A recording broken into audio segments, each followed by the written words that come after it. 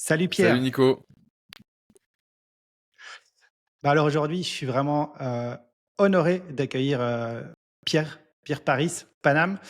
C'est vraiment un entrepreneur comme je les aime. Je vous ai fait une petite intro pour vous le présenter parce que je pense que ça vaut vraiment la peine pour voir un petit peu le parcours de cet entrepreneur qu'on va décrire aujourd'hui. Alors comme d'habitude, évidemment, on va parler side business, entrepreneuriat, on va parler aussi éducation, agent, IA, automatisation.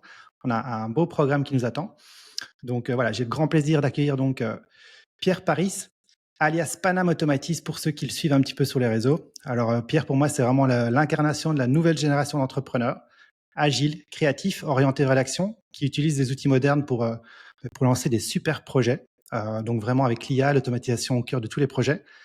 Pierre, c'est le cofondateur de My Name is Bond, qui est au départ un peu un side business et puis qui est devenu une agence automatisée qui tourne avec une toute petite équipe et qui réalise presque 1 million de revenus récurrents annuels.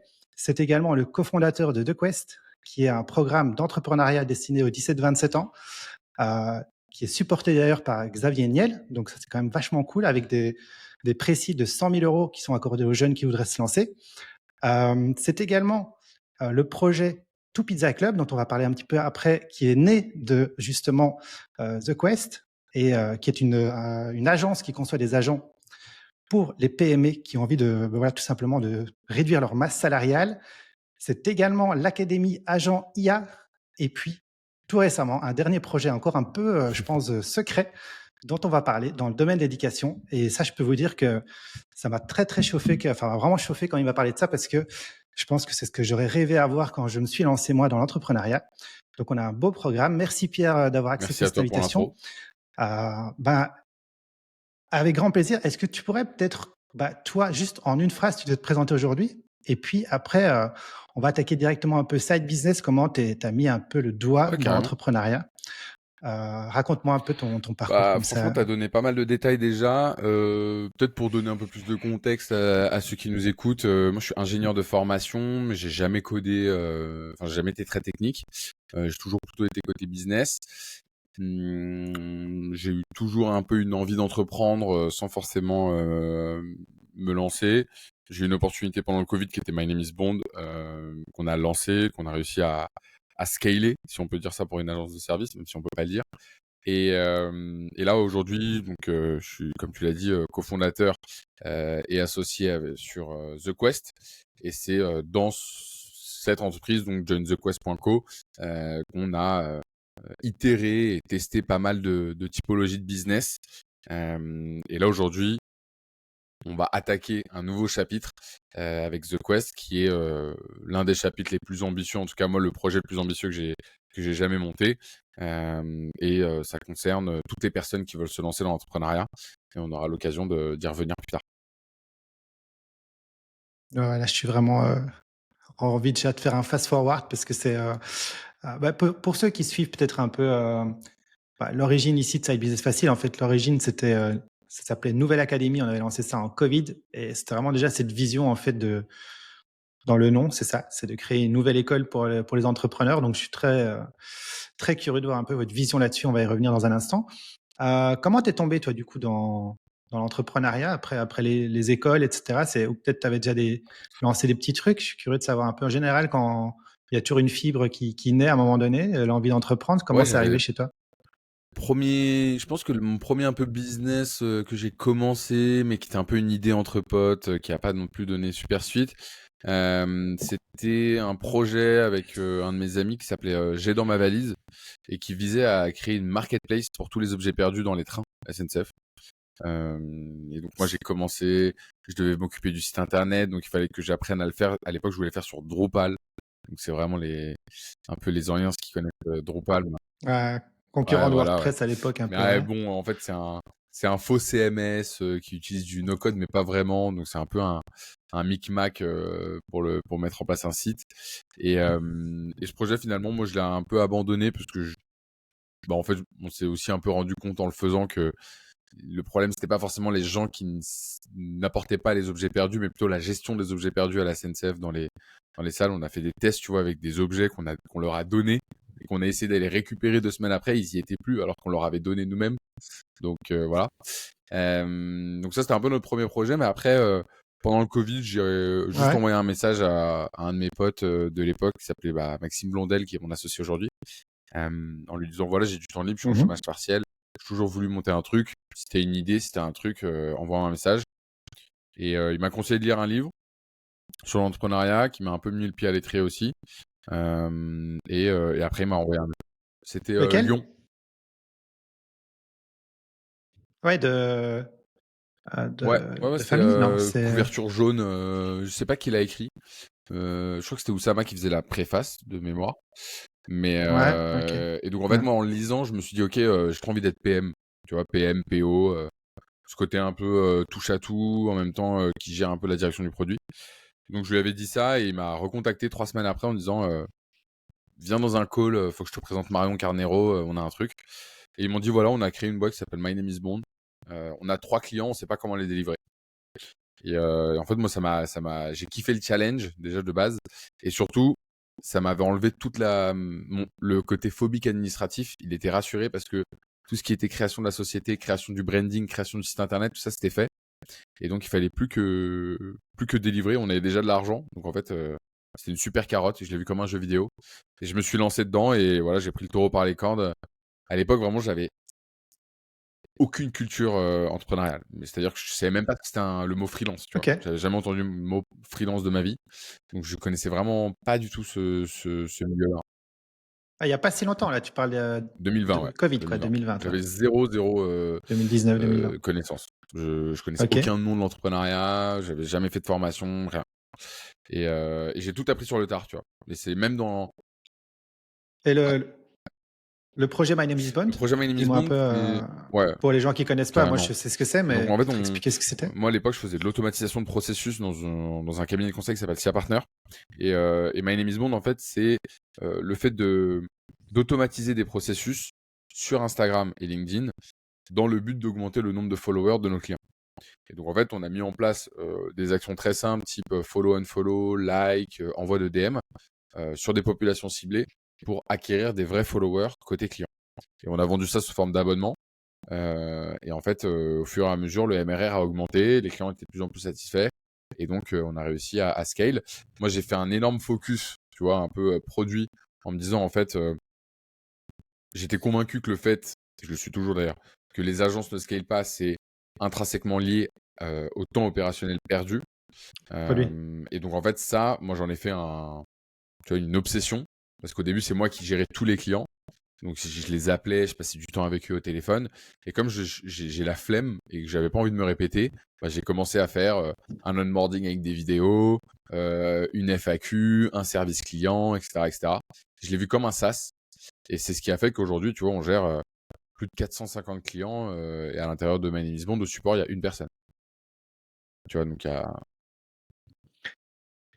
Et ce projet, aujourd'hui, c'est quoi? Enfin, je sais pas si tu peux dévoiler un peu, c'est quoi la stack? C'est quoi, ça tourne, tu dis une personne au support, en acquisition, Ouais, ouais, etc. Tu peux carrément. en parler un peu plus? Là, en tout, il y a 3 personnes. Donc, il y a Marion, la CEO.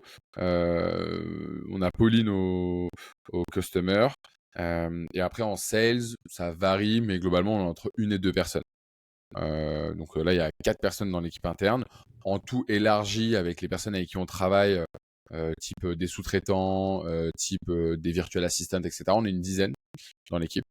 Et en fait, en termes de stack, c'est marrant parce que comme j'avais aucune culture là-dedans, et d'ailleurs Marion aussi très peu, elle à l'époque elle était freelance à Station F, donc elle était quand même plus dans la culture startup, mais elle n'avait pas forcément de réflexe au niveau des outils.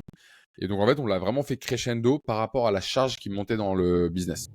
Donc on a commencé par un Excel avec des emails. Ensuite, on a avancé, on a ensuite branché un CRM. Et après, de l'Excel, on est passé à un Airtable.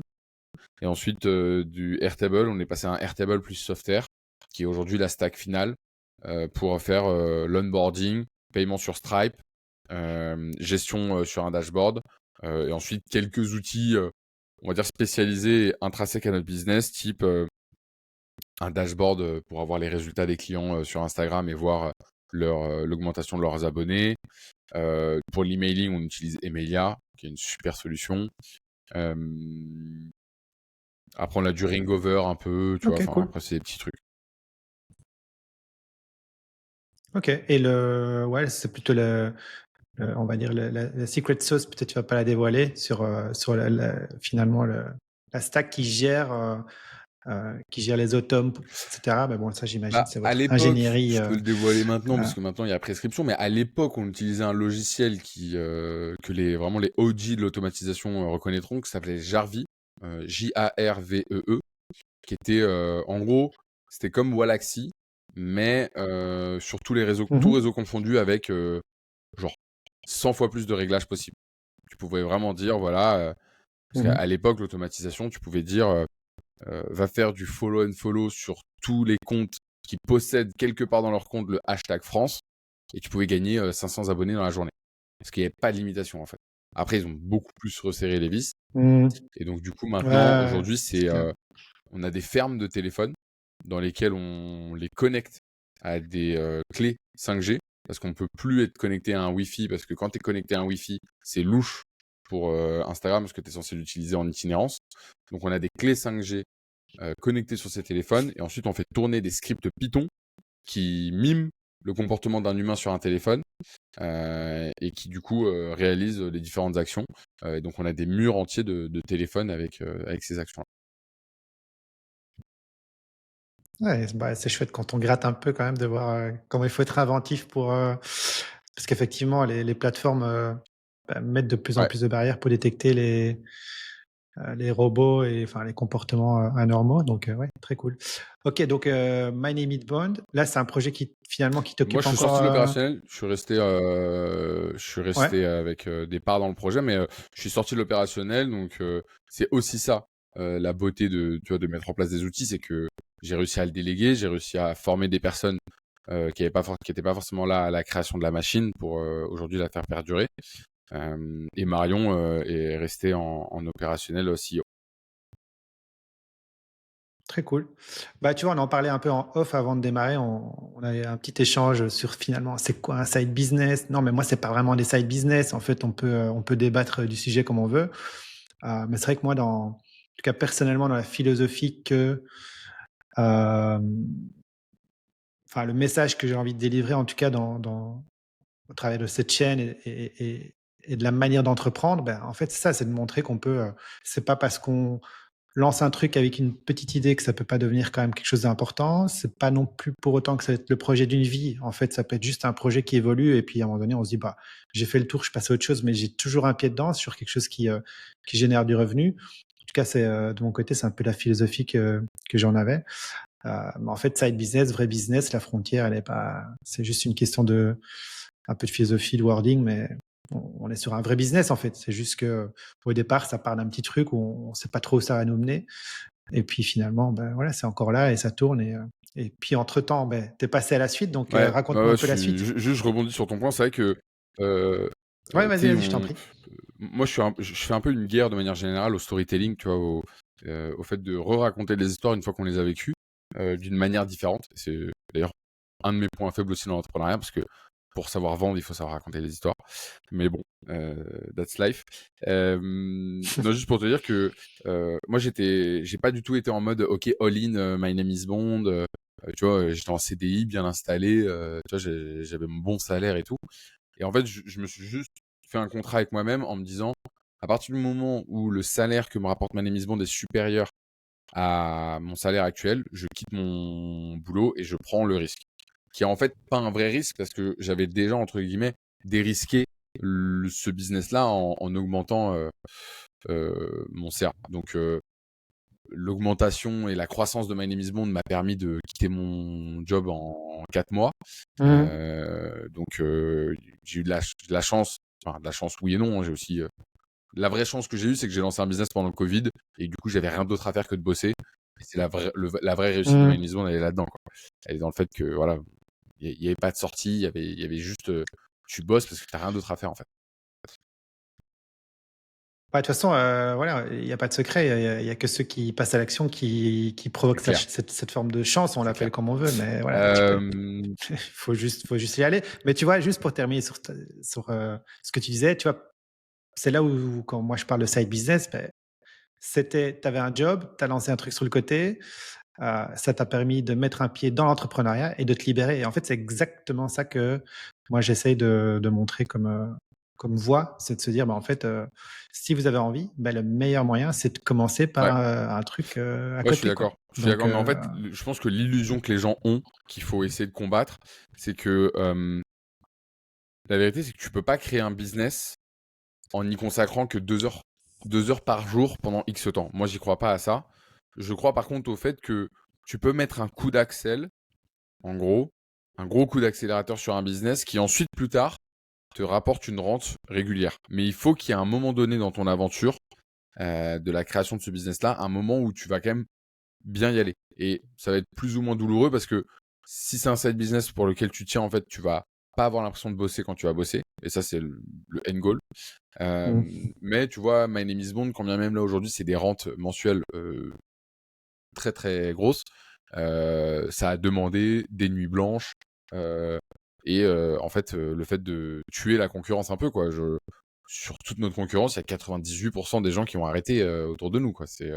On est vraiment sur 100 agences qui existaient à l'époque, il n'en reste plus que 3 en France, quoi. Donc, on récupère aussi, sans les avoir mm, rachetés, tous les leads qui tombent là-dessus. Et on a un positionnement Google maintenant qui nous rapporte, je sais pas, 40 ou 50% du trafic. Et ça se shortcut pas à part avec des ads. Et pour shortcuter avec des ads, il faut de l'argent. mm. Ouais, non, mais je suis 100% d'accord avec toi. Faut pas confondre. Side business et business Enfin, voilà, passif. c'est Voilà. pas parce qu'on parle de ça. Mm. Non, non, non, non. Et effectivement. Et puis, je pense qu'il y a plein de paramètres qui jouent. Tu vois, ça dépend de ton historique, qu'est-ce que tu as déjà fait avant, Grave. tes compétences. Enfin, il y a énormément d'éléments qui rentrent en jeu. Cool. Ben, donc, next step, on est avec un projet qui tourne. Du coup, c'est quoi un peu la suite des Ouais. opportunités Bah, qui du sont coup, ouvertes à toi, du coup? quand j'ai quitté My Name is Bond, donc là, j'ai rejoint The Quest. Donc nous, The Quest, notre ambition, elle est simple. Elle est d'accompagner des jeunes de 17-27 ans, mais grossièrement des jeunes, à monter des projets ambitieux. Donc, pour cela, nous, on a 3 filiales qui sont très distinctes, mais en même temps qui font très sens, tu vas le voir. La première, c'est de former ces jeunes. Et donc, c'est le nouveau programme qu'on lance là en septembre. On crée un master entrepreneurial en concurrence directe des masters entrepreneuriaux de HEC, etc. Mais la particularité, c'est que fort de nos 5 ans d'expérience et de nos résultats ces 5 dernières années à accompagner des jeunes à monter des boîtes, on crée un master du terrain. C'est-à-dire qu'on veut que les personnes qui rentrent dans ce master sortent avec un business qui tourne, des clients et un Stripe connecté.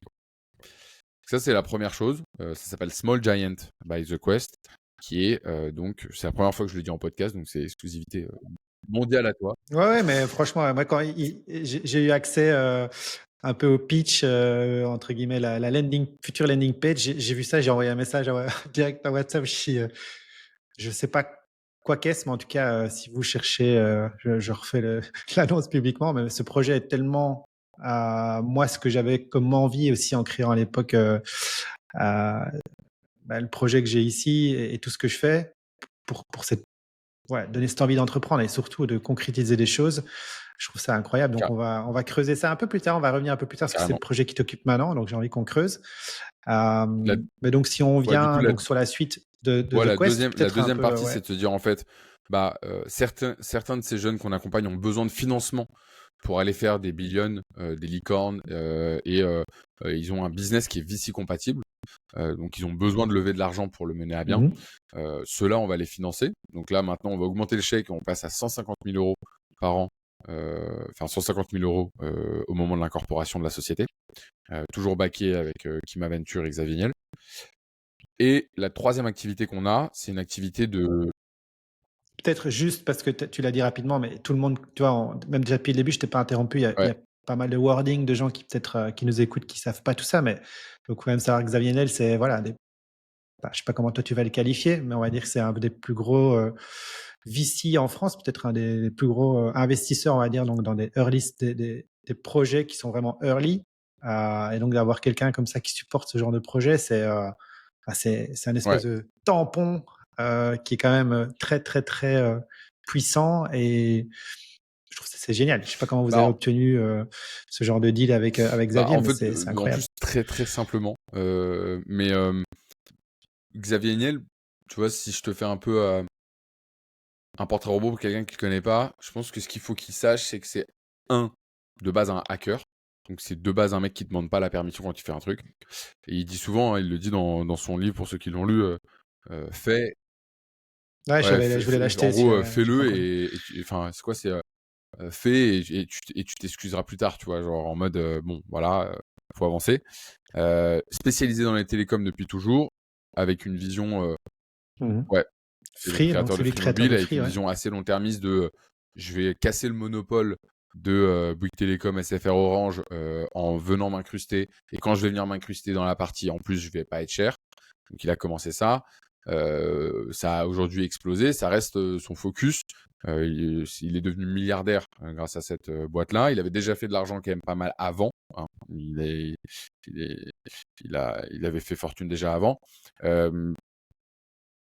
Aujourd'hui, c'est le seul milliardaire connu en France qui rend à la jeunesse et qui essaye de donner un maximum à la jeunesse. Et nous, c'est ce qui nous a vachement séduit dans son profil au-delà de son portefeuille, c'est de se dire, OK, en fait, lui, il fait tout pour qu'il y ait des jeunes qui s'en sortent. Donc, il a créé une école qui s'appelle 42, une école de Mhm. code, ouais. École Il 42, a créé une ouais, autre très cool. école qui est moins connue, qui est sur l'agriculture.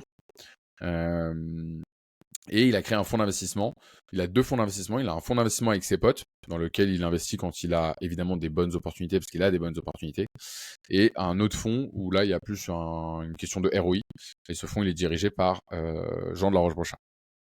Et donc, nous, on lui a simplement. Ouais, ouais, tout à fait. Bah, Jean, que je vous Ouais, invite à suivre d'ailleurs aussi, très c'est très intéressant. Il fait beaucoup intéressant ce qu'il il est raconte. newsletter et il fait des posts LinkedIn super sharp sur le monde de l'investissement.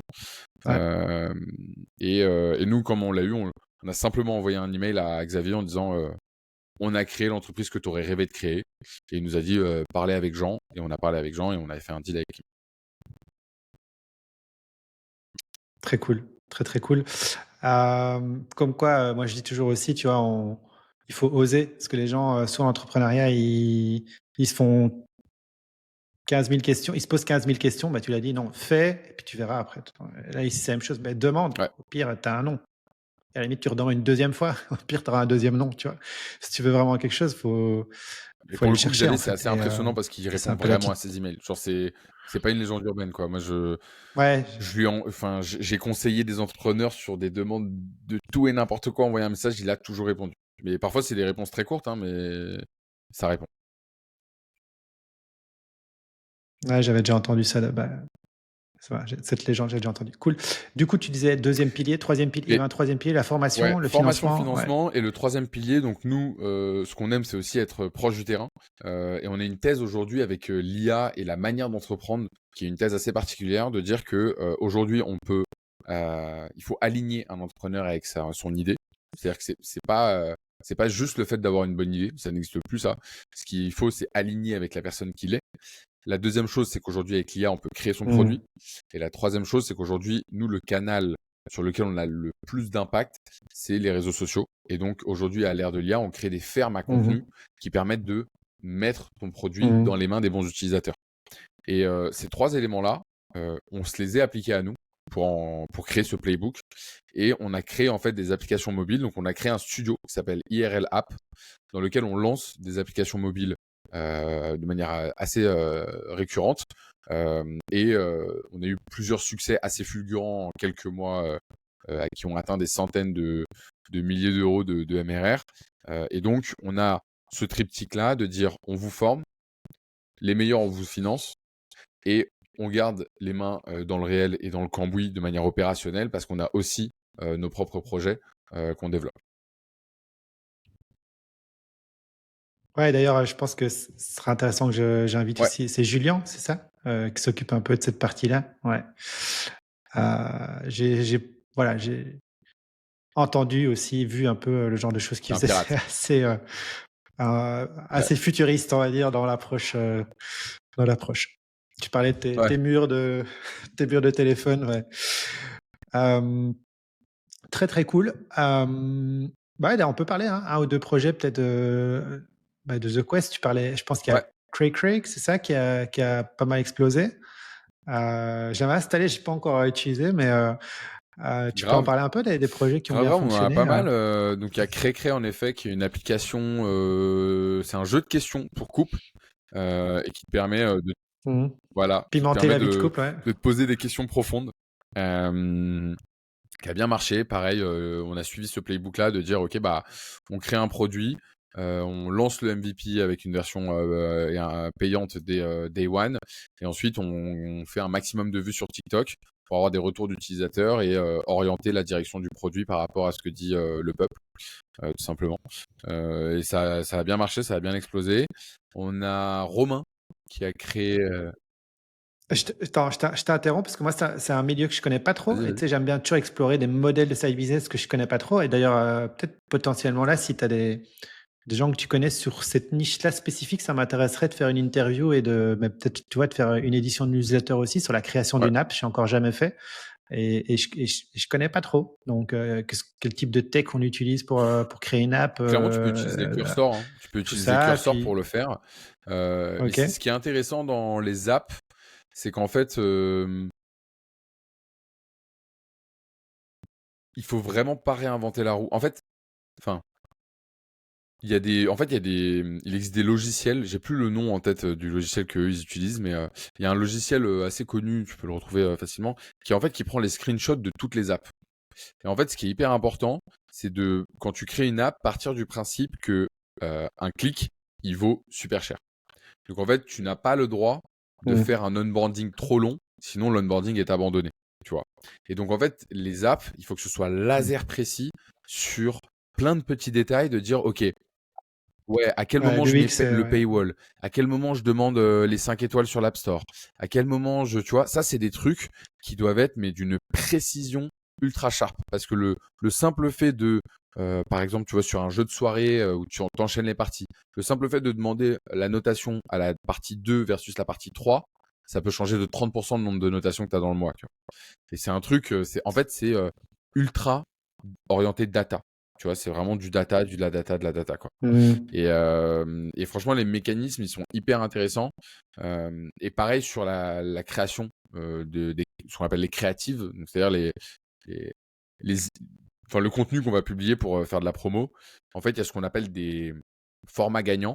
Donc en fait, c'est des formats qu'on teste et qui font beaucoup de vues.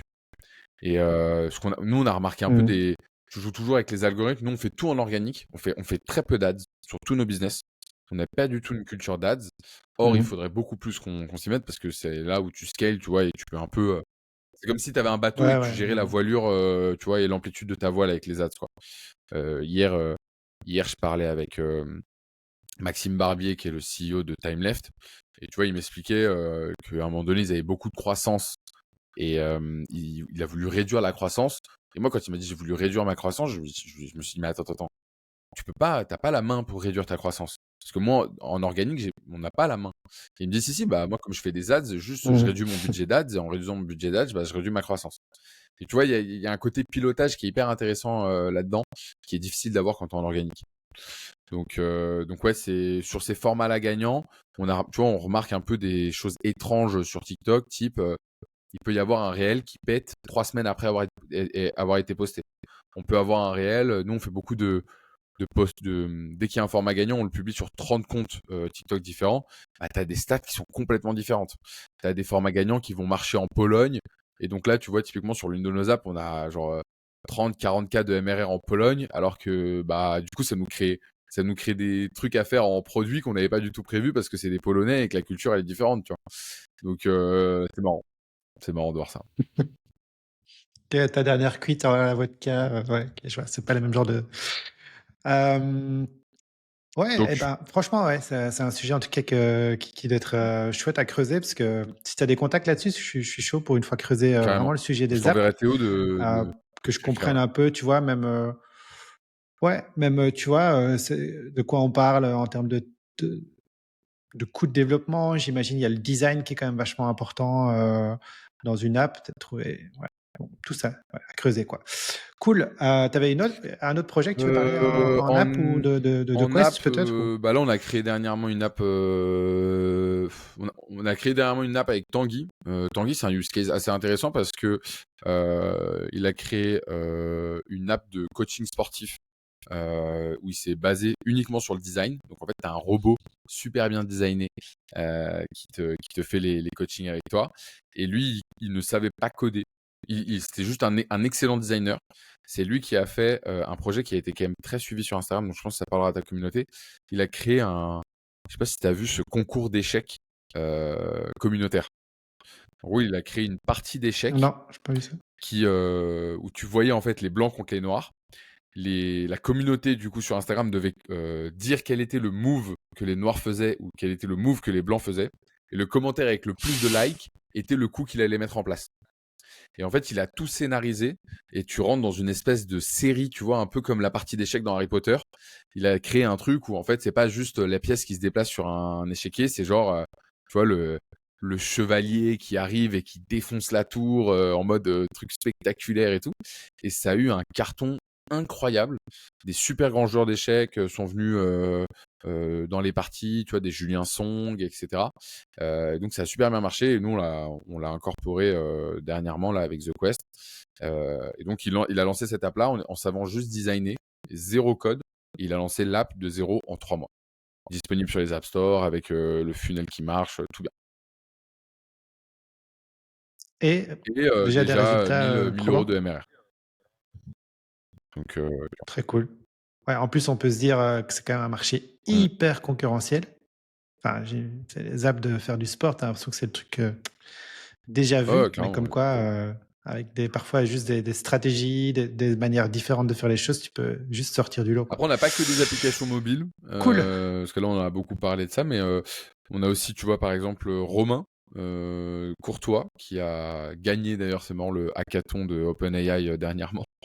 Il a gagné seul face à des équipes de 4. Excellent. Le mec, techniquement, est un monstre. Il a fait 42.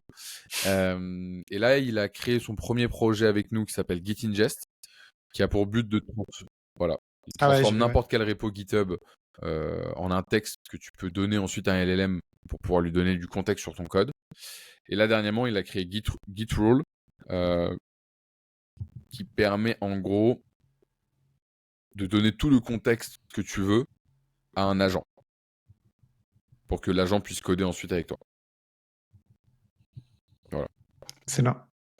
Ouais, c'est genre de projet aussi à suivre, clairement, Voilà. dans Après, l'air qu'est-ce du qu'on a? temps. On a aussi Sophia de Spectra, qui elle a créé, est en voie de créer, donc elle a levé 2 millions d'euros. Donc elle a fait une Ouais. pré-seed avec nous, puis une seed à 2 millions. Et elle crée un dispositif médical qui permet la détection de maladies dans le sang en utilisant les propriétés quantiques de la lumière. Ok. Donc, on est sur vraiment des profils.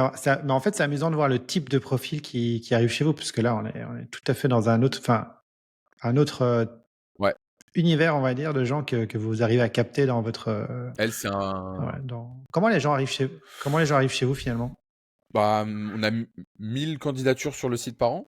Donc ça, c'est un des moyens. Maintenant, après, les meilleures candidatures qu'on a, c'est beaucoup de bouche à oreille et beaucoup par les réseaux sociaux. Donc c'est beaucoup, tu vois, Sophia nous a envoyé un message en disant, écoutez, je suis en 8e année de médecine, euh, j'ai une zone d'idée qui est autour de l'analyse de sang, ça va pas, les labos se gavent, il y a un truc qu'il faut changer.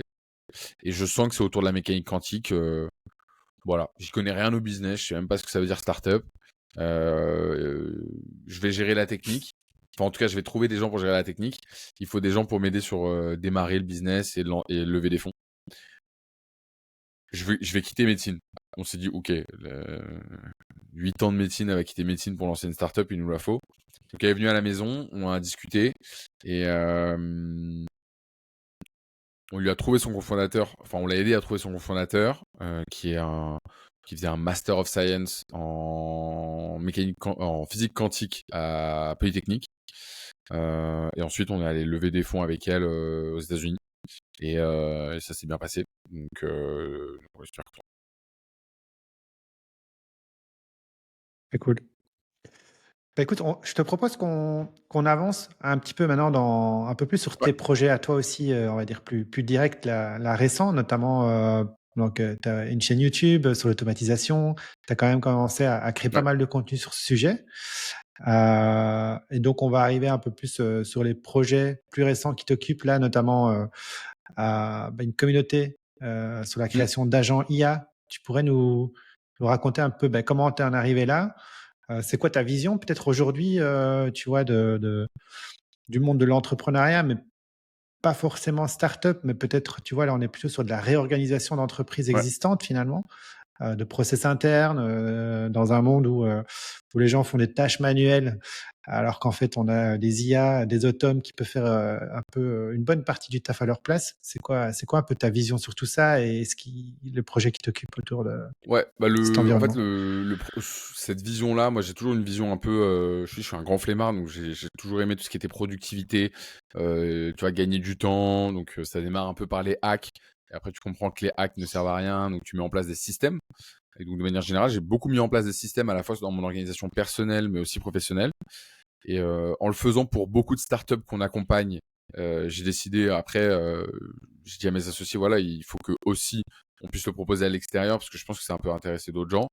Et donc ça a pris plusieurs formats au démarrage, une formation, ensuite j'ai créé une agence d'automatisation aussi, ensuite j'ai créé une communauté comme tu as pu le souligner sur les agents IA. Et donc j'ai toujours un peu itéré dans ce modèle-là. Je suis convaincu qu'il y a des choses à faire. Euh,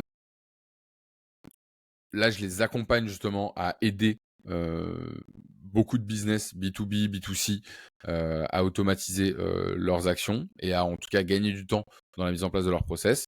Et voilà, hein, dernièrement, là, cette agence, enfin cette communauté-là des agents IA, ça se développe bien. L'entraide, elle est top. La communauté, elle est, moi, ce que j'appelle un peu autoportante, c'est-à-dire j'ai même pas besoin de beaucoup intervenir.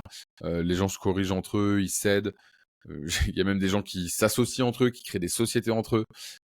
Donc c'est vraiment top, c'est vraiment le but de ce que je voulais faire. Je voulais pas du tout faire de l'infoprenariat que les personnes ne vont pas appliquer. Je voulais vraiment que tu vois, ils se démènent. Là, pour te dire, même dans les derniers lives, je leur demande chacun de faire un truc par rapport à leur playbook qu'ils ont. Et s'ils l'ont pas fait, ils n'ont pas le droit d'assister au live, tu vois. Donc ça fait un peu un retour à l'école, mais en même temps, c'est vraiment dans cette dynamique de vouloir, bah voilà, que ça avance, quoi. Que ce soit pas juste, on est spectateur de sa vie. Euh, et puis là, dernièrement, bah, cette communauté d'agents IA, je vais essayer vraiment de la faire évoluer vers Small Giant. Donc, ce programme beaucoup plus orienté master de l'entrepreneuriat.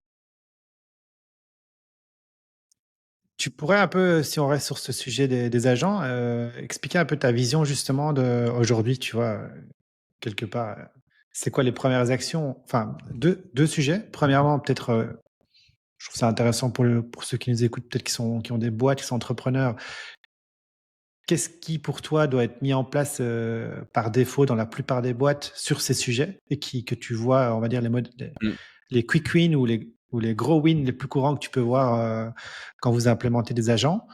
Ça, c'est la première question et la deuxième, peut-être, les idées, que si des gens devaient lancer des agents sur, des Ouais, sujets spécifiques, si tu as des idées comme ça d'agents à lancer que bon, tu peux pas tout faire, donc tu as certainement aussi carrément. des idées, dans ta besace. Ouais. Déjà, il y a un premier piège dans lequel tout le monde tombe et il faut pas tomber. C'est si avant l'existence de l'IA et des agents, tu ne faisais pas cette action, ne demande pas à un agent de le faire.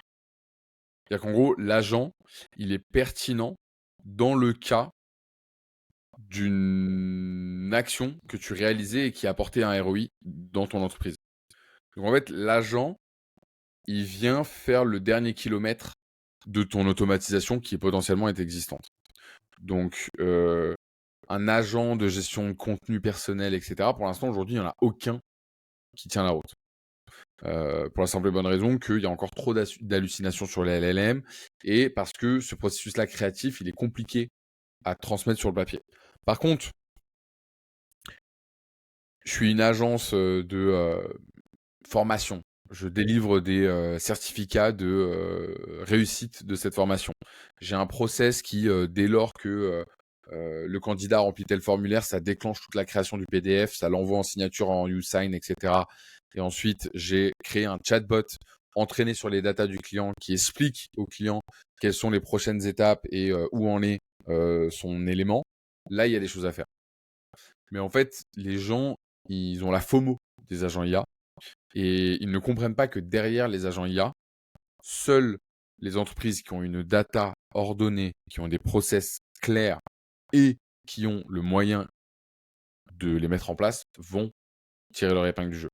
Et à chaque fois, moi, qu'on m'a demandé un agent IA, ça a toujours dit, OK, mais en fait, déjà, tes datas, elles sont sur Notion sans database, donc ça va pas le faire. Tes datas, elles sont même pas dans une base de données, tu es en train d'écrire sur du papier, donc avant de parler d'agent IA, on va parler de digitalisation, tu vois. Et en fait, cette fame, en fait, les agents IA devraient être connus que des personnes qui connaissent déjà N8N, connaissent déjà Make, connaissent déjà Zapier. En fait, si tu n'as aucun de ces outils déjà dans ta boîte, la marche, elle est trop haute pour l'apprendre. Et donc ça, il faut pas se leurrer. Il n'y a pas, il y a pas de, tu vois. C'est exactement la même chose et c'est exactement la même problématique autour du vibe coding, en fait, tu vois. Le vibe coding, c'est incroyable pour un codeur qui va demander 10% de son code en vibe coding. C'est le use case parfait. Par contre, un mec comme moi qui a jamais codé et qui vibe code quelque chose, ouais, je vais arriver à un résultat, je vais arriver à une petite plateforme. Mais je vais jamais lancer un SaaS qui va faire des millions d'euros avec. Ça, c'est non, tu vois. Mais je vais pouvoir tester mon idée. Et je pense que c'est l'intérêt du vibe coding, tu vois, c'est de tester son Ouais, idée. ouais, ouais. Mais voilà, donc du coup, sur les agents, mon premier conseil, c'est de dire gérez vos datas et rangez vos datas avant de faire les agents. La deuxième, c'est et c'est la même chose pour l'automatisation. C'est en fait, fais les tâches de manière manuelle un certain temps et une fois que tu vois qu'il y a un ROI business, mets-les en place. Tu vois. Par exemple, tous les personal assistants qui existent, tu vois, d'envoyer un email. Le truc, c'est que l'agent, par définition, tu lui demandes de prendre des décisions. Mais en fait, dans beaucoup de cas business, t'as pas envie qu'il prenne des décisions. Tu vois, c'est un peu comme si t'envoyais ton petit frère chercher le courrier en bas de chez toi et qu'en fait, bah, s'il croise son meilleur pote sur le chemin et qu'il va faire un foot, bah en fait non, t'avais demandé de recevoir ton courrier dans moins d'une minute. En fait, tu le reçois dans 1 heure et demie. Bah un agent, c'est un peu ça. C'est-à-dire que tu vas lui demander de faire un truc, mais s'il a décidé de faire autre chose ou de switcher l'email en portugais, alors que tu lui avais demandé d'écrire en français, mais il peut le faire. Et dans les cas business les plus automatisables, c'est-à-dire les process les plus chiants et les plus administratifs, qui sont là où tu vas avoir le plus gros ROI, t'as pas du tout envie qu'il se passe ça. C'est pas encore tout à fait au point pour toi? Ça va C'est pas que évoluer? c'est pas forcément au point, c'est plus que, en fait, en fait, déjà, je pense que du premier modèle de ChatGPT, du premier modèle de LLM, on a, nous, utilisé que 10%. Pourtant, on passe 90% de notre temps à dire c'est quoi le plus rapide, c'est quoi le plus intelligent, c'est quoi le machin. En fait, non. Genre, déjà, venez, on utilise la valeur qui a été mise sur le marché day one, et ensuite, on s'intéresse au. Mais bon, après, il faut bien des spectateurs de la technologie pour créer des articles. Mais euh, mon point, c'est que je pense que, en fait, je suis hyper content que le terme agent IA soit aussi connu, parce qu'en fait, il a rendu sexy un truc qui ne l'était pas, parce que automatisation, les gens entendaient automate, et donc ils entendaient code, et donc ils entendaient compliqué, et donc ils entendaient je le mets pas en place. Agent IA, je sais pas pourquoi, c'est sexy. Donc marketingment parlant, tout le monde, pour lui, c'est la ruée vers l'or de tout le monde veut des agents IA. Donc pour ça, je suis hyper content. De l'autre côté, maintenant, la question est où sont les use cases, tu vois, et où est-ce qu'il y a un Mmh. ROI. Et à chaque fois que moi je dis ouais, les agents IA, ils me disent ok, mais vas-y, parle-moi d'un agent IA incroyable, tu vois. Et donc ça, il faut faire attention parce que de manière générale, et les gens ont raison, l'automatisation, c'est pas sexy. Parce que l'automatisation, là où tu as un ROI, c'est sur les tâches qui ne sont pas sexy. C'est pas la création d'ads, c'est pas la création de contenu, c'est la gestion des factures, c'est la gestion du support client, c'est la gestion des contrats, etc., etc. Donc, c'est sur des tâches où tu n'as pas forcément envie de communiquer. Mais c'est là-dessus que tu économises du temps humain, donc que tu fais un ROI grâce au logiciel. Mais 2 points, donc je suis 100% d'accord avec ce que tu disais. Je sais pas, c'est assez marrant parce que je suis un peu dans l'univers aussi, parce que j'accompagne aussi des projets, notamment à se digitaliser, etc. Et comme tu dis, il y a eu un truc qui s'est passé avec l'arrivée de l'IA et les agents où les gens, ils ont même pas passé, ils ont pas encore passé la barre de l'automatisation, alors que, toi, Zapier, par exemple, moi, j'utilise Zapier depuis les premiers projets où j'ai commencé à utiliser Zapier, on était en 2016, Ok, ça fait presque 10 ans que je faisais mes premières j'adore. automes avec Zapier et que déjà, j'ai été bluffé comme moi-même, j'ai connecté tu vois, mon Gmail avec mon Google Sheet, etc., alors que je suis pas codeur. Et là, maintenant, les gens, ils ont jamais mis une seule automate en place. Et tout d'un coup, ils veulent passer, tu vois, au level agent. Mais en fait, comme tu dis, quoi, il y a eu une espèce de, je sais pas, il y a eu un gap comme ça où les gens, tu as l'impression qu'ils s'étaient endormis pendant 10 ans. Et puis là, maintenant, ils disent, oula, j'ai, j'ai perdu 10 ans, il faut que je... De Ben ouf. non, d'abord, tu commences par la base, comme tu dis. Mais c'est marrant, effectivement, je vois vraiment bien de quoi tu parles. Euh, je voulais te... Ah ouais, donc si on revient sur les use cases, justement, du coup, ultra concrets, tu aurais un ou deux exemples de use cases. Donc, si je reviens à mes deux questions, est-ce que tu aurais un ou deux exemples ultra concrets d'agents IA, tu vois, que tu as pu voir, qui est vraiment un game changer pour une boîte? Et puis, peut-être une idée, toi, si quelqu'un devait créer une agence, que créer? Et puis, peut-être l'étape d'après dont on va parler, et ça va te faire partie donc d'une version écrite aussi de cette interview où on va avec Pierre détailler en fait pour les gens qui auront envie de créer des agents un peu les différentes grandes étapes. Évidemment, on vous invitera aussi à rejoindre, on vous mettra le lien en description de la communauté de Pierre sur les agents. Donc Ouais. plusieurs questions, mais première, un use case peut-être qui t'a marqué Moi, vraiment j'ai bien game aimé un changer use case pour un projet. orienté sales, où en fait, tu disais c'était un agent donc que j'ai fait sur N8N, récupération du transcript d'un call avec un prospect. Je vais rechercher si j'ai Mhm. déjà eu des échanges avec ce prospect-là sur Google Calendar, sur Gmail et sur ma base de données que j'avais mis à l'époque pour le client sur Airtable, sur l'ensemble de mes références dans la même industrie que le client. Une fois que j'ai fait tout ça, je duplique le template qui existe de la propale et je viens remplir un peu tous les éléments et toutes les pages de la propale pour l'envoyer sur Slack aux sales en disant voilà, tu viens de finir ce rendez-vous, je t'ai pré-fait cette proposition, je te laisse la relire et la vérifier et ensuite tu peux l'envoyer au client, pas au prospect. Ok, ouais, super, super exemple. Là, on est, ouais, ouais, effectivement, c'est vrai exactement sur. Déjà, la différence entre une automate et un agent, ben là, on peut percevoir pour ceux qui, peut-être parfois, les gens sont un peu perdus. Tu peux expliquer avec tes mots, c'est quoi la différence peut-être entre une automate et un agent? Une automatisation va réaliser des actions de manière séquentielle et déterminée. L'agent va réaliser une série d'actions dans un ordre non défini, non déterminé à l'avance. Donc en fait, tu laisses plus d'autonomie à l'agent que tu ne laisses à l'automatisation. Très cool. Et effectivement, dans l'exemple que tu viens de donner, ben, on n'aurait pas pu avoir une automne qui va aller voir à gauche, à droite, etc., rechercher ces différentes informations. Là où effectivement l'agent a cette forme de liberté. Cool. Donc deuxième question, bah, on va peut-être faire dans l'ordre si les gens qui auront envie de s'intéresser à tout ça et lancer peut-être une agence IA, peut-être on peut faire le lien avec Two Pizza Club, mais euh, tu, est-ce que tu as des idées de niche ou comment quelqu'un qui voudrait se lancer un peu là-dedans, peut-être lancer un side business agent IA, parce que ça pourrait être une forme de projet à lancer, serait quoi un peu les étapes pour toi? Et si tu as une idée d'agent peut-être aussi à donner pour illustrer ton exemple. Ouais, bah alors Moi, j'ai une approche là-dessus qui est très particulière, c'est de dire, euh, déjà, il y a de la place pour tout le monde. Et ce que j'appelle le customer founder fit, c'est-à-dire que j'aime beaucoup aligner la personne qui va créer l'agence Hmm. avec qui elle est capable de faire un after work, en gros. Donc, moi, c'est la première question que je me poserais, c'est quoi la typologie de personne à qui tu peux me vendre des choses. Par exemple, là, tu vois, moi, avec ma dégaine, je peux pas aller vendre des assurances. Tu vois, c'est compliqué. Donc, je vais pas avoir un customer founder fit avec des assureurs ou avec des banquiers.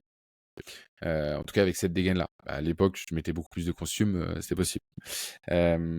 Donc, il y a un truc où il faut pas se mytho et il faut aligner un peu son côté entrepreneuriat avec les personnes avec qui on parle. Parce qu'il y a un côté qui est, à partir du moment où vous arrivez à vous aligner là-dessus, derrière, tout, toutes les planètes s'alignent. Parce qu'en sales, c'est logique. Il y a un côté animal où on sent que le truc, il fait sens, que tu maîtrises ton sujet, que voilà. Tu vas peut-être partir en vacances, tu vas rencontrer des gens. Tu vas peut-être aller, par exemple, si tu aimes le golf, tu vas au golf, tac, tu rencontres des gens qui sont en fait des personnes qui te mettent en relation et tout. Enfin, en fait, c'est beaucoup plus simple. Alors que si tu essayes de jouer dans un monde qui n'est pas le tien, tu vas ramer. Tu vas apprendre des trucs, mais tu vas ramer. Donc ça, c'est le premier point. Hmm. Deuxième point, après, ce que je ferais, c'est que je positionnerais l'agence absolument pas sur un outil, ni sur le côté agent IA. Parce qu'en fait, vous allez attirer les mauvais prospects dans le sens où les gens qui sont attirés par agent IA, c'est les gens qui ne comprennent pas ce qu'ils veulent aujourd'hui. Donc, c'est très bien pour faire de la formation, mais c'est beaucoup moins bien pour faire de l'implémentation. Donc, je m'orienterais plutôt sur ce que ces agents IA permettent de faire. Et donc, dans ce cas-là, il faut un peu choisir et de se dire, OK, bah, je permets à vos équipes de comptabilité de gagner X heures dans la semaine. Je permets à vos équipes sales de se concentrer sur les rendez-vous clients, etc., etc. Donc, vous faites des propositions de valeur là-dessus, vous les testez. Euh, donc là, moi, ce que j'aime bien, après, c'est aussi par rapport à mon historique, mais j'aime bien le combo une personne qui prospecte, une personne qui délivre. Donc, se mettre à deux, c'est pas mal. Hmm. Et ensuite, après, en fait, il y a pas le playbook business n'existe pas. Ce qui existe, c'est sa capacité à développer ces modèles mentaux qui vont nous faire prendre de meilleures décisions. C'est pour ça que je pense que le meilleur moyen de faire réussir un entrepreneur, c'est de lui louer une partie de notre temps de cerveau qui lui permet de comprendre la manière avec laquelle on réagit et on réfléchit par rapport à nos modèles mentaux qu'on a appris sur le terrain en accompagnant des entrepreneurs pour qu'ils, lui, puissent s'en imprégner et se disent ensuite je vais réussir à le faire et je vais réussir à passer les différentes épreuves. Et nous, on a développé ce savoir-faire assez unique pour la simple et bonne raison que comme on accompagne des entrepreneurs jusqu'à leur levée de fonds, si on fait pour eux, ils s'effondrent après la levée de fonds. Alors que si on leur apprend à pêcher, après la levée de fonds, ils savent aller pêcher ailleurs. Hmm. Ouais, mais c'est vrai que, comme tu le dis, en fait, quand il y a tellement de petites choses qu'on apprend finalement sur ce parcours de manière, bah, par exemple, tu l'as donné l'exemple tout à l'heure, je trouvais ça intéressant, tu vois, tu l'as appelé quoi Small Giant. non, le Ah, founder fit, Customer mais Founder avec Fit.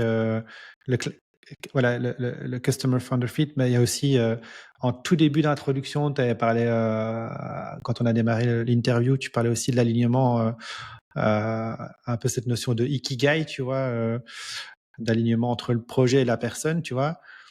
Bah, ça, moi, je suis à 100% aligné aussi sur ces convictions-là. Et tu vois tellement de gens, et donc c'est aussi un peu un des discours que j'aime bien essayer de casser, parce que tu en parlais aussi, tu vois, un peu les discours que peut trouver sur l'entrepreneuriat un peu partout, où en fait les gens ils sont juste attirés par des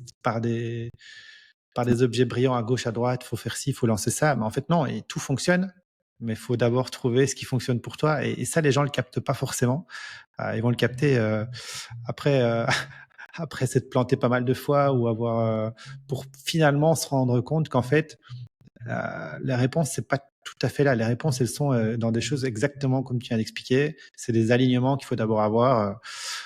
est-ce que le projet il est fait pour moi? Mais il est fait pour moi sur plein de sujets, compétences, connaissances, de l'industrie, de moi-même, de mes propres forces, de mes propres faiblesses, de mes zones de génie, mais de mes zones où je dois faire attention. Enfin, c'est plein de petits détails comme ça qui font qu'au final, ça fonctionne. Et ouais, super intéressant. Pour reprendre ici, donc je propose donc cette partie comment lancer vraiment son agent IA.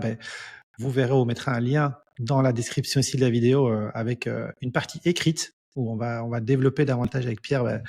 Je Ouais. vais essayer de trouver une idée, peut-être concrète, sur un type d'agent à lancer. Ça pourrait être même celui Mmh. que tu as expliqué tout à l'heure, hein. Je pense que c'est un use case super courant d'avoir des équipes de sales qui font des interviews, qui sur base de ça doivent prendre des actions. Enfin, voilà, il y a pas mal de petites choses comme ça qu'on pourrait imaginer. Je vais Ouais. réfléchir si je trouve une idée concrète. Et on va vous développer un peu, voilà. Enfin, Pierre va certainement amener pas mal de choses sur comment partir de ça, de Grave. vous-même, de votre marché, pour créer, trouver une idée. Et je pense que là, typiquement, l'IA peut vous aider aussi. Franchement, moi, j'ai fait des tests comme ça. Récemment, je me suis amusé, juste petite parenthèse, tu vois, dans la newsletter, parfois, je m'amuse à, voilà, je développe des idées de side business. Et là, je me suis dit, tiens, je vais prendre ma compagne et je vais demander à ChatGPT de trouver une idée. Et donc, j'ai développé comme ça le truc. Et franchement, ça marche assez bien. Donc, j'ai dit qu'est-ce qu'elle aime bien, qu'est-ce qu'elle aime pas, c'est quoi ses zones de génie, les trucs qu'elle veut faire, pas faire, etc. Et j'ai demandé à l'IA de m'aider à lui trouver une idée de side business à lancer. Et finalement, on est arrivé sur quelque chose qui matchait vraiment bien. Et franchement, ça peut. Je vous invite à faire l'exercice. C'est parfois assez bluffant. Il peut vous trouver des trucs assez cool. Euh, on va y venir peut-être sur le projet là que tu disais tout à l'heure avec votre vision, peut-être le projet le plus ambitieux ou le plus. Ouais, je sais pas quel mot tu avais utilisé tout à l'heure, mais en tout cas qui va vous occuper maintenant, occuper pas mal de ton temps.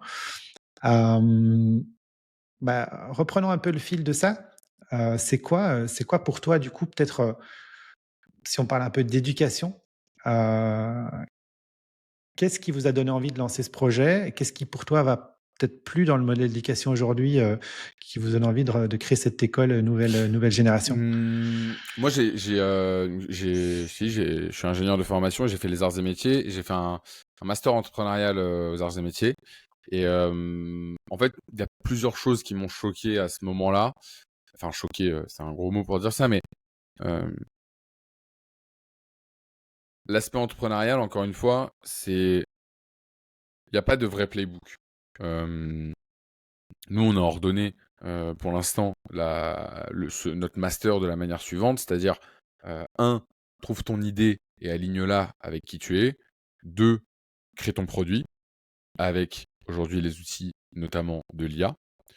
3, mets ton produit dans les mains d'un maximum de personnes en utilisant les réseaux sociaux.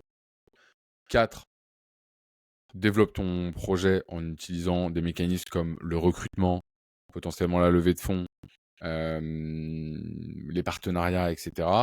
Et 5, devient le meilleur CEO possible sur tout ce qui va être mécanismes mentaux, gestion des finances, etc., etc. Voilà. Leadership, etc. Ouais. En fait, ces éléments-là, on ne peut les comprendre et les intégrer pleinement si et seulement si on met les mains dans le cambouis et on va sur le terrain. Et ça, nous, on l'a compris dans le dur sur les différents business qu'on a créés. C'est que tu as beau dire à un entrepreneur, c'est pas ça qu'il faut faire, je te garantis que tu vas dans le mur. S'il ne prend pas le mur, il ne comprend pas pourquoi on lui dit ça. Donc en fait, il vaut mieux lui dire, grave, vas-y, pour qu'il y aille le plus rapidement dans le mur possible. Et quand il aura pris le mur et qu'il dit, oh, mon monde s'écroule, on lui dira, non, t'inquiète. Parce qu'en fait, là, tu vas faire ça. Il dit, ah, mais oui, c'est ça qu'il faut faire. Oui, oui, t'inquiète. C'est juste qu'on savait que tu allais prendre le mur, mais il fallait que tu le prennes. Tu vois. Et en fait, ça n'existe pas aujourd'hui sur le marché de l'éducation en France. Parce qu'on a un rapport à l'échec qui est compliqué. Et nous, justement, on veut, avec ce programme-là, montrer que mettre les mains dans le cambouis lors d'un master, c'est possible, que débloquer et le faire sous forme d'une quête de jeux vidéo, c'est possible et on va le faire. Et enfin, là où tu vois HEC, leur force, ça va être les alumni. Nous, je pense que notre force, c'est justement tout le track record qu'on a des différentes sociétés qu'on a pu créer et du chiffre d'affaires qu'elles réalisent aujourd'hui. Et en fait, ça, c'est le secret caché. Il y a 2 secrets cachés de YC, qui est un incubateur américain. Le premier secret, Y Ouais, Combinator. Le Combinator, ouais. premier secret de YC, c'est qu'en fait, YC est une excellente excuse pour dire non à toutes les opportunités qui ne sont pas directement liées au business. Désolé, je peux pas pendant ces 3 prochains mois parce que je suis à YC. Fais que tu te focuses sur ce que tu veux faire. Ça, c'est la première excuse et c'est le premier secret caché. Le deuxième, c'est qu'en fait, tu te rends compte que le CEO d'OpenAI, le CEO de Airbnb, le CEO de Stripe, etc., ils sont pas à des années-lumière de toi. Ils sont OK à un stade un peu plus avancé, mais la vérité, c'est que intellectuellement, t'es pas si loin d'eux. Donc en fait, ça te dit, putain, si eux, ils ont réussi à faire ça, moi aussi, j'en suis capable, tu vois. Et donc en fait, il faut mettre ces élèves de ce master en lien direct avec ces entrepreneurs pour qu'ils se disent, putain, lui, OK, il est smart, il est chaud, il a des qualités et tout, mais je peux faire comme lui. Et en fait, cet espoir-là, tu ne peux pas le transmettre par des profs, tu ne peux pas le transmettre par des salles de classe. Tu dois le transmettre par un côté physique, un côté d'échange réel et authentique. Mm. Ouais, non, mais je suis tout à fait d'accord avec toi. Moi, si je remets ça, je le transpose à l'école, je peux citer le prof peut-être, ou enfin, tu vois, qui m'a un tant soit peu insufflé, tu vois, cette espèce Ouais, de flamme. Finalement, c'est des gars qui avaient fait des trucs et pas vraiment des carrément. profs qui Carrément. m'enseignaient de la théorie, quoi. Très très cool. Du coup, ce projet, il en est où aujourd'hui? C'est le Bah là, lancement. écoute, on est le 29 août. il- On a un lancement officiel prévu le 15 septembre. On va faire ce qu'on appelle un soft launch. C'est-à-dire que je veux qu'on ait une promo réduite à 100 personnes uniquement pour itérer sur qu'est-ce qui apporte des résultats et qu'est-ce qui en apporte pas. Et ensuite, on élargira à plus de personnes. Donc là, dans un premier temps, bah, on va closer, on va avancer avec un peu tout notre écosystème créé de ces 5 dernières années. Donc je pense qu'on a largement de quoi faire à l'intérieur pour avoir ces 100 premières Mhm. personnes. Sachant que moi, je vais faire une grosse sélection à l'entrée de ces personnes-là. Il y aura une sélection aussi par le prix. Mais je veux qu'il y ait une implication parce que la réputation de ce master se fera aussi par ses alumni et par le résultat de ses alumni. Et donc, je veux qu'il y ait vraiment Mhm. des gros projets qui sortent de terre de ce programme-là. Tu peux nous en dire plus justement sur qui peut postuler, le pricing, ou il y a encore des éléments qui restent Ouais, je peux confidentiels tout le monde jusqu'au peut lancement? postuler. Quel que soit non, Pas il n'y a d'âge, pas, c'est pas comme il y a pas c'est pas d'âge. 17. Il y a pas d'âge. Ouais. Tu peux postuler si tu es étudiant. Tu peux postuler si tu es déjà dans un master, parce que c'est un master qui est en ligne, donc tu peux le faire aussi à ton rythme. Quand bien même il y aura des lives et un suivi assez régulier pour mettre du rythme, tu peux le faire en parallèle d'un autre master. Tu peux postuler si tu es en poste. Parce que moi, j'aurais adoré le faire quand j'étais en CDI. Donc, je veux proposer cette Mhm. opportunité-là. Et tu peux postuler si tu as déjà aussi un business. Là, les premières personnes qui nous ont rejoints, tu vois, ils nous ont rejoints avec leur associé parce qu'ils veulent accélérer sur une partie un peu plus scale et ils ont besoin de cet accompagnement. Donc ça, c'est le premier point, c'est que c'est ouvert à tout le monde. Moi, il y aura une sélection, donc je vais prendre tout le monde en call. Premièrement, pour creuser leur projet et voir pourquoi ils veulent nous rejoindre. Sur la partie tarif, on va pas communiquer publiquement sur le tarif. Par contre, ce que je peux te dire, c'est que le tarif sera engageant, dans le sens où on ne sera pas une communauté à 50 euros par mois. On sera plutôt sur une communauté autour de 500, voire 1000 euros par mois. Par contre, à la différence d'un master où tu dois débourser 10 000 euros un peu pour l'année, nous, on sera sur un format mensuel, annulable à tout moment. Donc, en fait, on prend notre risque sur le fait de ne pas être rentable parce que l'onboarding fait que on va mettre beaucoup plus d'énergie qu'on aura de reward derrière. Mais on est assez convaincu sur la qualité de ce qu'on va produire pour être certain que la personne va rester au moins entre 6 et 12 mois avec. OK et du coup, tu as un parcours, sur une période ou bien finalement c'est un espèce de quête jusqu'à ce que les personnes, finalement s'envolent ou bien se disent: «Bah, c'est peut-être pas pour moi»? Ou est-ce qu'il y a un comme à l'école, un programme, tu vois, sur En plusieurs fait, années? Comment ça se passe? il y a c'est un peu les 2. C'est-à-dire qu'il y a il y a un parcours composé de quêtes et donc Mmh. le programme n'est pas temporellement défini. Par contre, certains vont aller plus vite que d'autres, mais pour passer et Mmh. avoir accès aux quêtes suivantes, il faut réaliser la première quête. Et donc ça, ces quêtes-là, elles seront en lien avec les différents chapitres. Et c'est un peu, ça, c'est un modèle que j'ai découvert et dont je me suis inspiré chez 42. 42, tu vois, ils ont une piscine qui est le pré-42. Et pour passer la piscine, il faut Mmh. réaliser une épreuve. Et cette épreuve, elle t'apprend, en fait, le, la moralité de cette épreuve, c'est de think out of the box. Parce que je crois que c'est un. J'ai plus les détails exacts, Romain il m'avait expliqué, mais c'est genre un jeu vidéo qui, pour le terminer, il faut le faire à l'envers. Tu vois, c'est un truc dans ce délire-là. Un peu comme dans. Tu sais, il y a un film comme ça, une course de voiture, là, où tu peux la gagner que si tu démarres en reculant. Je sais plus comment ça s'appelle, c'est pas Tron, mais c'est un truc dans ce délire-là. Ouais, je connais pas. Bref. Euh, donc voilà, Excellent. c'est plein de trucs comme ça qu'on va faire qui vont te permettre de passer tes différentes quêtes.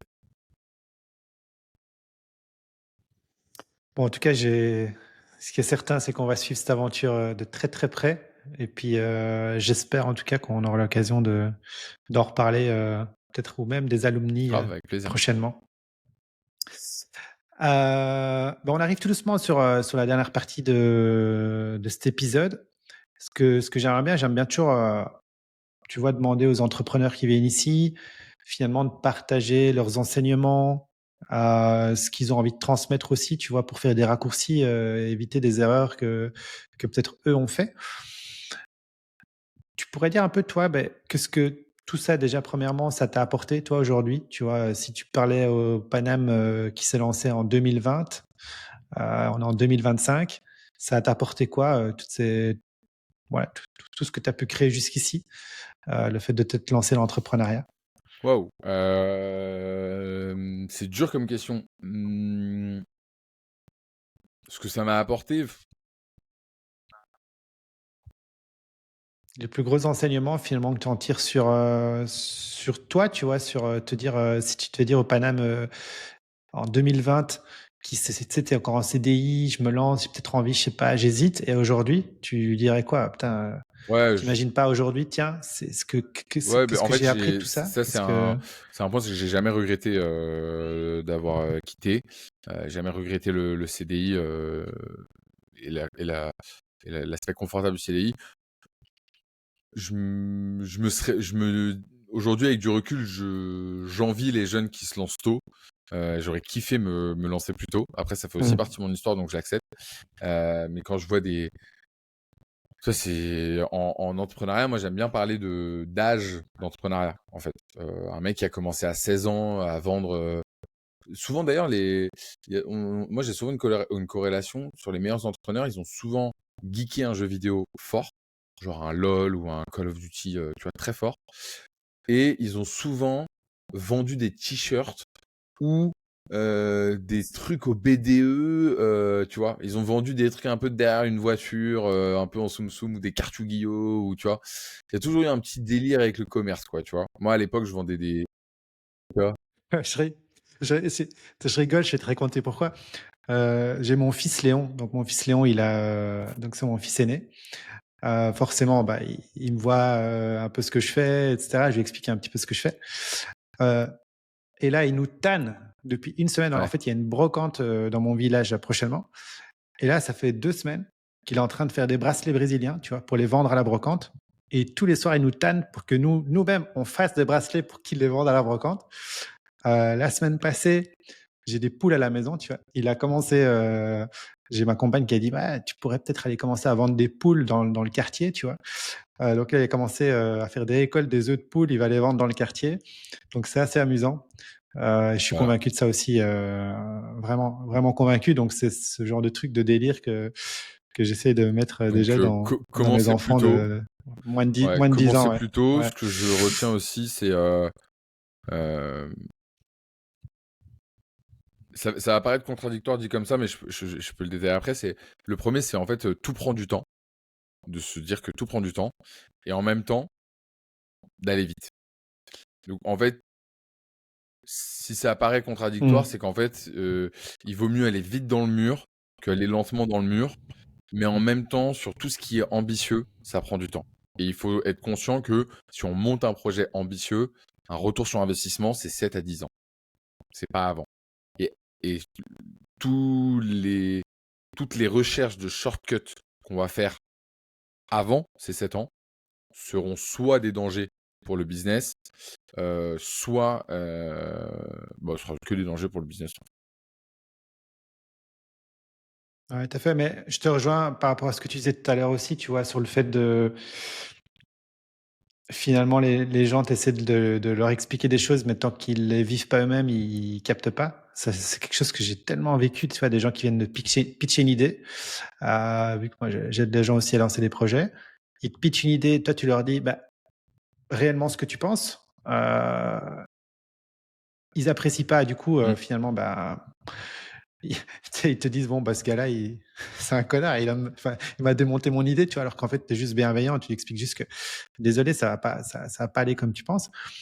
Et en fait, bah ouais, comme tu dis, faut être le plus vite possible d'être dans l'action, Ouais. se prendre les bonnes petites portes, et puis c'est comme ça qu'on avance. Euh, donc tes plus gros enseignements, finalement, tu dirais, enfin, si tu devais dire aujourd'hui au Paname de 2020, qu'est-ce que tu as appris l'entrepreneuriat? Tu voudrais encore ajouter quelque chose Non, ou... globalement, c'est ça. Franchement, c'est ça. Et, euh, et je lui dirais, t'inquiète pas, ça va bien se passer. Très cool. Euh, je suis en train de regarder quelques petites questions que j'aime bien poser. Si tu devais recommencer, tu changerais quelque chose? Euh, À part commencer plus tôt? ouais, Peut-être, tu commencer disais. plus tôt et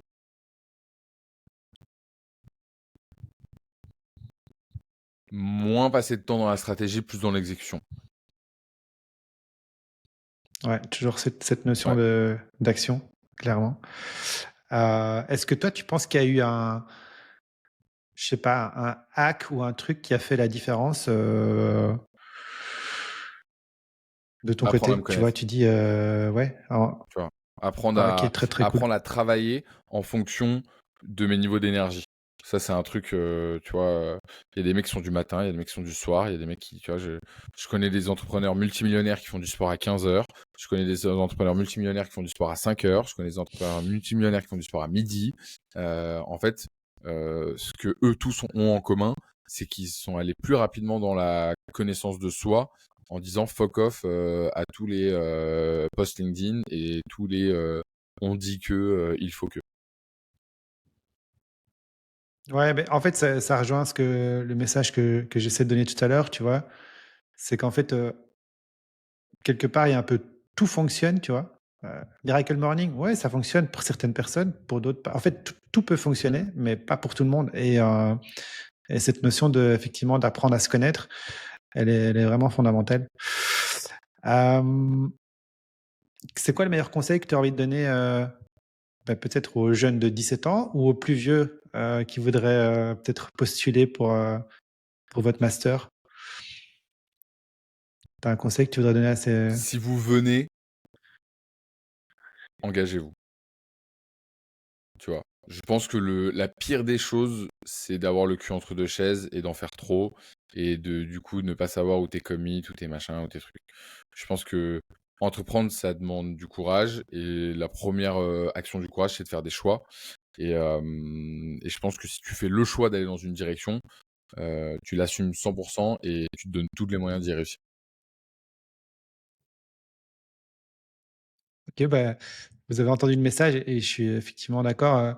Moi, je parle souvent de prendre Tu vois, c'est un peu comme les gens qui Ouais. veulent arrêter de fumer, ou qui veulent arrêter de boire. Ils disent, «Je vais essayer d'arrêter de boire, je vais essayer de» non, en fait, on n'essaye pas d'arrêter de Ouais. fumer. C'est soit on arrête de fumer, mais on n'essaye pas d'arrêter, tu vois? Bah, je pense que l'entrepreneuriat, c'est un peu la même chose. C'est soit on a vraiment envie et on prend conscience que ça va prendre du temps, on va se prendre des claques, on va se planter, on va échouer, ça va être dur, mais il y a un reward à la fin qui est incroyable Ouais. à tout point de vue. Comme tu l'as dit, on apprend à se connaître, on évolue tellement, on développe tellement de nouvelles compétences, bref, c'est autre chose, mais c'est une décision à prendre et c'est pas qu'il y a pas de no way back, on peut toujours revenir en arrière évidemment, mais c'est pas l'attitude en tout cas que je conseille d'avoir. L'attitude qu'il faut avoir, c'est juste que prendre conscience que ça va être dur, mais que si on s'accroche et qu'on veut vraiment, bah, derrière il y a le ciel bleu. Bah, il peut y avoir un gros nuage, à traverser Grave. pour arriver au-dessus. Donc Aligné. très, très cool. Ah ben, où est-ce qu'on peut te retrouver aujourd'hui si on veut suivre, tes aventures, ou les différents Principalement, projets? moi Où sur est-ce que LinkedIn, tu Paname Automatise ou Pierre Paris, Paname Automatise entre parenthèses, je crois. Je suis assez actif, je publie entre 3 et 4 fois par semaine. Mon compte Instagram, c'est plus, pour me voir faire des conneries un peu. Et bien évidemment sur le site internet jointhequest.co, sur lequel vous allez retrouver les différentes informations de nos 3 programmes, Small Giant, le Training Center qui est donc notre fonds et IRL Labs. top.